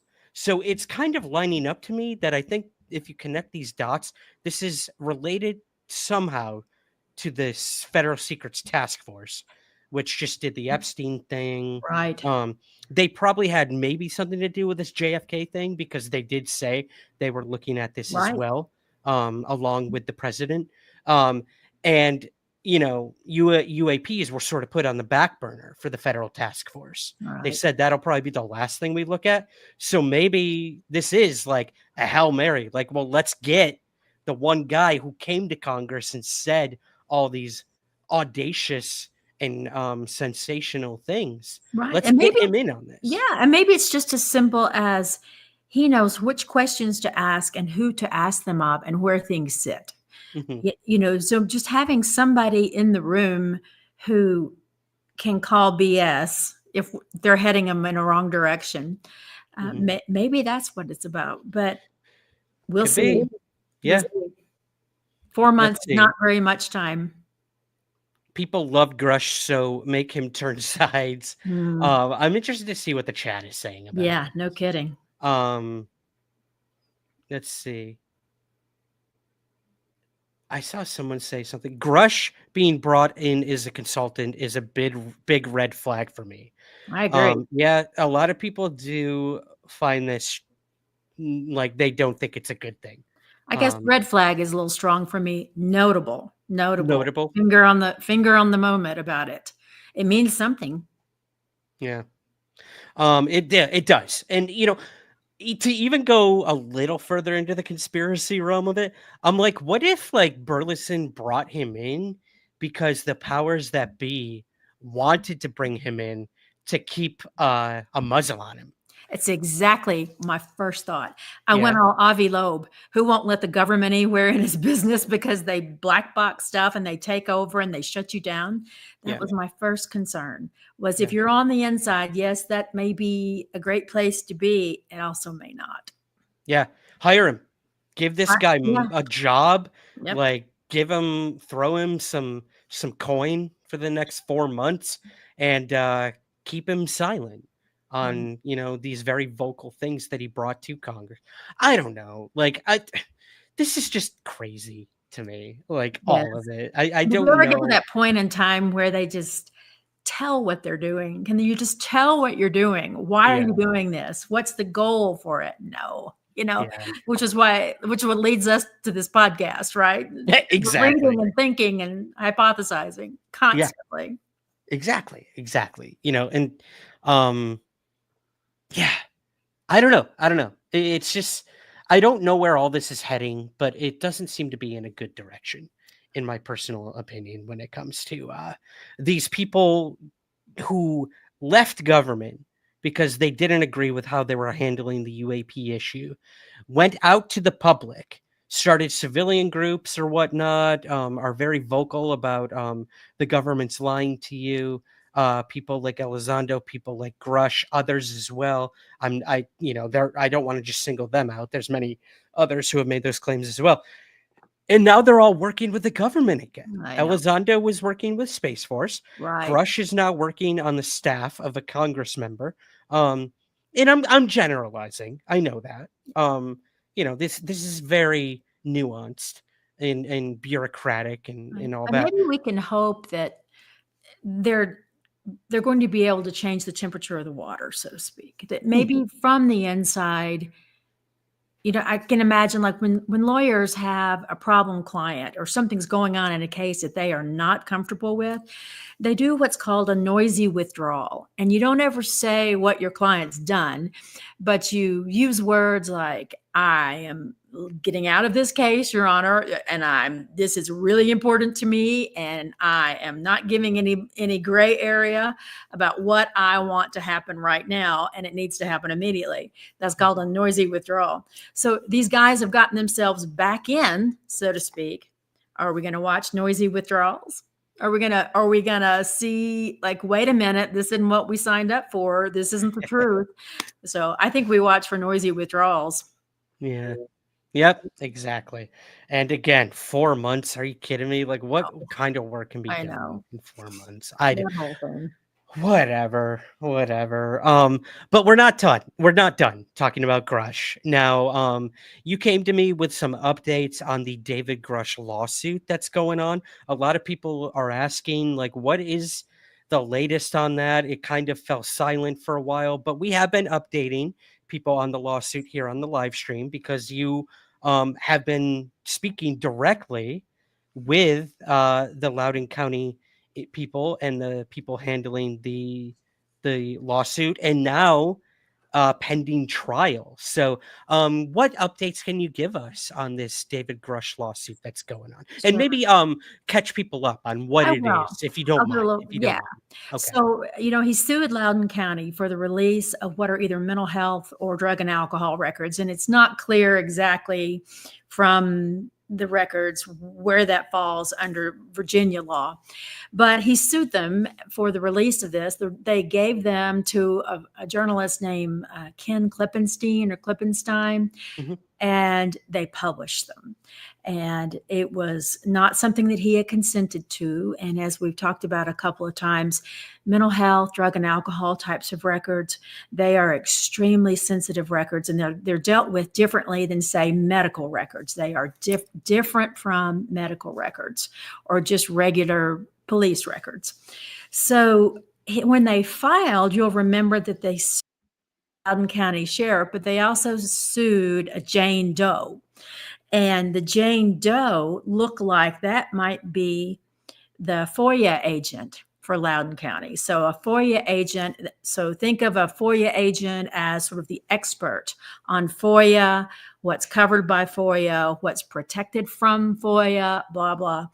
And I will tell you, Virginia law could not be clearer that mental health and drug and alcohol records are protected from FOIA. So I didn't know who that was. And I suspect since they sued this person as a Jane Doe, so we know she's female, that they didn't know exactly who she was either. Well, an amended complaint got filed last week. And I just want to give a shout out to the Loudoun County Court Clerk because they are so helpful to me trying to get these documents. They are so responsive and just do a great job. And that's who I've been communicating with, is Loudoun County Circuit Court Clerk directly. So a huge thank you to them. But this case is now set for a jury trial. So two things have happened. It's set in June before a jury, and we're going to talk about why I think that's important. Yeah. But what they did in this amended complaint, and I did a side-by-side comparison to make sure I didn't miss anything, is they identified Miss Jane Doe. And Miss Jane Doe turns out to be Mary Ellen Clark. And she is, in fact, the FOIA agent for Virginia, for Loudoun County, Virginia. So they have figured out who actually handed those records over, and think of her as sort of a subject matter expert. She should be right on the front lines of what's okay and what's not. And I have no doubt she knows what to do to get in front of a judge, to force a subpoena if you're not comfortable releasing a particular thing, because that's how that would work. A lawyer would say to the entity, here's a subpoena for X. And then the entity says back, sorry, X is exempt from FOIA and a protected record. And then the lawyer would go to the court to try to get an order. And so would the FOIA agent. The circuit court clerk would be part of that process, trying to keep something protected. But that did not happen, it doesn't look like. Yeah. So now we know Miss Mary Ellen Clark is a defendant in this lawsuit, along with the county sheriff, now set for a jury trial. So on June 5, I think. Okay. Double check that day, but not far. And as we mentioned, I'm going to be there. I'm going to be watching from the peanut gallery. You're going to be at the trial? I'm going to be at the trial. Okay. I sure am. That's news to me. Oh, I love it. I love it. So we'll Cool. see. We'll see. Yeah, maybe you'll have to report live. I'll for report sure. live for you. You'll be our there'll be a correspondent. spreadsheet for. Okay. So two things I want to ask you there. You answered the first one, when the trial is. A jury. Now, that seems interesting to me, because when I look at a case like this, I imagine a lot of people don't, like, we always watch Law and Order, all these crime shows, Dateline, and like we're seeing the trial with the people there watching, with the jury, the witnesses, all that stuff. But a lot of the times that's not the case. It's literally just in front of a judge. A lot of the times it's done remotely, where like there's 10 cases in a row and they just, hammer them out. Knock 'em out. But this is going to be an actual trial with an actual jury. So why do you think that is? Well, let me give you a little background in relation to this particular case, and then I'll talk to you just a second about the procedure of that. So you have to file, most states require that when the plaintiff, who is Mr. Grush, files a lawsuit, you have to say on the front end if you want a trial by jury or a trial by judge. Actually, I don't think you have to actually say that you want a trial by judge. What you have to say is, I do want a trial by jury, which they did. And so for a long time, I thought, well, there is a jury. There's going to be a jury. But just because you ask for that doesn't mean you have to stick with that. And the more complicated a case, the more likely a lawyer is going to consider not letting a jury try it and letting a judge, who is typically a more sophisticated thinker and experienced thinker in the law, make those decisions. So I've also been watching the docket, not just for the pleadings and those sorts of things, but also to see whether they were going to declare it set for trial by jury, which happened this week. They're going to have a trial by jury. So, juries are amazing things, amazing entities, but jurors come from all walks of life. Not all of them are sophisticated thinkers. Not all of them are mentally healthy.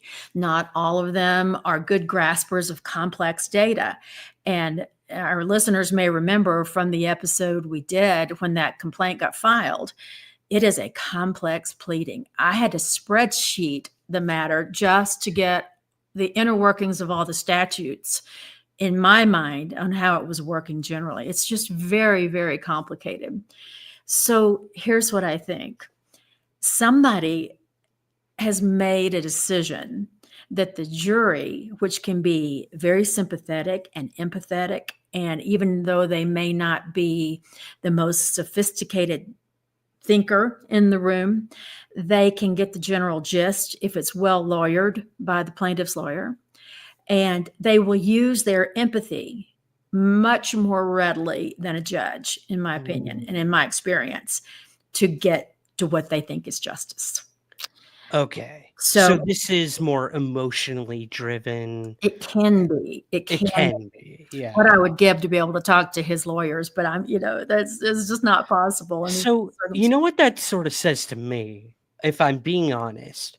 It sounds to me like maybe Grush doesn't think he has the leg to stand on that he once thought he did, and I wouldn't go that far. No. No, I think what they're doing, lawyers are subject to sanction for filing lawsuits that don't have merit. Okay. And and plaintiffs can get hit in certain circumstances with big legal fee bills from the other side if they file something and don't win it.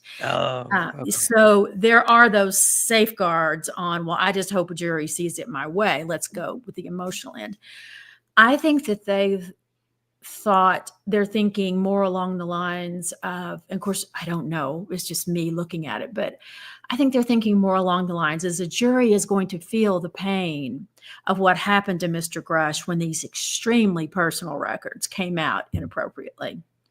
And that could help with a dollar damage. They could, because they're going to set a dollar amount on, if they win this case, somebody's got to set the dollar amount. It could also just when it hits that justice button to normal people who don't want their mental health or drug and alcohol records published across the planet, So I think a conscious decision, a choice got made, and I suspect they know what they're doing. Okay. That's fair. That is fair. Man, I'm so happy we have you to deconstruct this, because otherwise we're just yeah, there's some lawsuit with Grush, for billions of dollars or something. Yeah, right. But yeah, this is going to get down to the nitty gritty. I wonder, okay, as a retired lawyer yourself, and I know this is totally hypothetical, how long do you think a case like this would go? A trial, I should say, for a case like this, typically for an issue of I guess public records, or I don't know. Again, there's so many nuances and complexities to this, which is why they probably want a jury. But are we talking a week, a month, a year? What do you think? Personally? Here's what I think, and with the caveat that I don't have a clue how this particular courtroom runs. When you're in your home court, you have a sense of how long a judge will go during a day, what the breaks look like, how long they give you for lunch, that sort of thing. And I know none of that. Keeping in mind that I know nothing about that. When I look at the facts, I think it's a 3 to 5 day trial. But yeah. Okay. Yeah. Wow. I was not expecting that answer. But then a jury can complicate it, what the jury schedule is in terms of getting jurors in there for whatever period of time, or whether holidays are popping, everything can affect that. So I'm thinking inside a week we ought to be done. But okay, we'll see. Interesting, and then he's wrapped up in that, and now he's getting an official position with a congressman. This guy, no rest for the wicked, I guess. None. And really, all he wanted was in a skiff. Somebody put me in a skiff, right? Get this man in a skiff. I don't want him in a courtroom. I want him in a skiff. God damn it. Well, he will be under oath in a courtroom, so we'll see what gets said. That's true. That's true. Maybe he'll give us a few more bombshells while he's in that courtroom. By the way, he's going to win the case and then be like, by the way, I know where all of the crashed UFO material are. Follow me to the material. Let's go. Let's go. Crazy stuff. Okay. That's the latest from Mr. Grush. Yep. I know. He always finds a way to keep us talking about him. I'll give him that. He does. That's for damn sure. Yeah. Awesome. Well, anything else on the whole Grush side before we wrap things up here? I don't think so. I think that's kind of where we are. We may see a little flurry of filings that are called motions in limine. And what that means is, and they're typically filed just ahead of a trial, but it's a narrowing of the issues. But we may not in his case, because, they had that big set of motions where the county tried to throw his lawsuit out and they lost those. And so his case is still viable and now going to a jury trial. So, but there could be some of that we might see, but I'll let you know. Do you think they'll allow cameras in there? I don't know. That's on my to-do list this week, is to figure out what this judge's courtroom rules are. Yeah. Because gosh, it would make it so much easier for me if I could just run the recorder while also taking my notes, You heard it here first, guys. We might be the exclusive live stream of the David Grush lawsuit. Well, that's my task. My one homework for this week is to figure out what I can do in that courtroom. I'm gonna have to buy a tripod and a ring light and make it good That's so you're not right. just there the whole time. Exactly. Exactly. Awesome. Well, thank you. Thank you You're for your so welcome. insights on all of this. I'll let you go back in the chat as we. Let me give a quick shout out to my sweet neighbors out here in Santa Fe. Oh my gosh, please. Because guess who forgot her microphone in Memphis, Tennessee? And guess who came to the rescue this morning? They killed it. That is a great microphone. I'm actually Well, jealous. Thank you. I used to have the Yeti Blue. I love it. I love my Shure mic. I hope you guys like it. I'm glad You're you the got ones this too. who helped me get this. So thank you. So they're lifesavers today. Absolutely. Now Everyone they have to try is. and get it back from me. Yeah, exactly. Shout out to your neighbors. They sound like wonderful people. They and are. shout out to our super chatters again before we go. James know. Craig, Todd Casey, Nisa Luna. We have the biologist coming in hot, and last but not least, Lucy Kaplan with a $10 super chat. Look forward to this all week. Thank you, So Lucy. sweet. And That you is hit your so goal. You hit your goal. We hit the goal, guys. We hit the goal. So thank you so much for helping to support our endeavors here. Absolutely. I haven't checked Buy Me Coffee or PayPal, but if you donated there, thank you so much, guys. Thank you to all of you for just hanging out, chilling with us. I know it got a little heated tonight with some of these stories. I could see you guys in the chat. I'm keeping my eye on you. They came out swinging today. They did. They were They're early and passionate. swinging. Yeah. They're a passionate love group, but we always have a great time here, and you guys always keep it civil. So thank you. Thank you to our incredible chat. But yeah, Suzanne, I'll let you go back into that incredible chat, and I'm going to tease what's coming up with Somewhere in the Sky. So All right. Have a good awesome. weekend. Thank you again. You're so welcome. Bye. All right. Bye. How awesome is that, guys? Our inside scoop on the David Grush lawsuit. And that would be so interesting if that would be, if we would be able to record that. We'll keep you posted. We'll keep you posted on that. But let me keep you posted on what's coming up in just a couple hours for you guys on the Somewhere in the Skies podcast. We have a new episode airing for you tonight, and that is Phenomena, a War of Psionics. They did it. They got me to put psionics in an episode title. We have New York Times bestselling author Annie Jacobson joining us to talk all about the War of Psionics. She's going to talk about basically the psychic wars that were waged after World War II and through the Cold War from her book Phenomena. So I'm super excited to air this one for you guys. I think you're really going to enjoy it.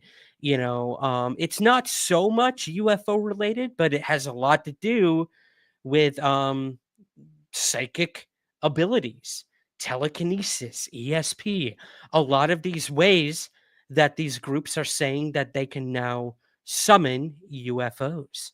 So I thought it'd be interesting to look back at her book Phenomena and talk all about it with her. So that's coming to you in just a couple hours over on the podcast main feed. So be on the lookout for that. Make sure you're subscribed and you'll be the first to know when that episode drops. And other than that, one last thing, guys, I would love to hear about your UFO sightings. That's right. Oh, I got the poll too. I totally forgot. Yep. Coming in to the rescue, Suzanne, as always. I'll get to the poll in just a moment. I asked an interesting question. The poll. Love it. But before we get to that, guys, witness accounts, our most popular series on the podcast. I want to do another episode soon, so I need your UFO stories. If you've had a UFO sighting or a personal encounter of some sort, we would love to have you. Suzanne's done one in the past. Many of you in the chat have as well. We're going on like almost our 35th, 36th, something like that. We're inching closer to 40 volumes of witness accounts. Crazy. But yeah, if you had a personal sighting and you want to share it on the show, uninterrupted, I'm not even in these episodes. It's just you guys talking about your UFO sightings. Email me. The email is up on your screen, ryan.sprague@gmail.com. It's in the show notes as well. And we'll discuss further I'll give you all the details when you contact me on how to submit, what the requirements are, and all that. So yeah, I want to hear from you guys soon. And last but not least, let's go to our poll.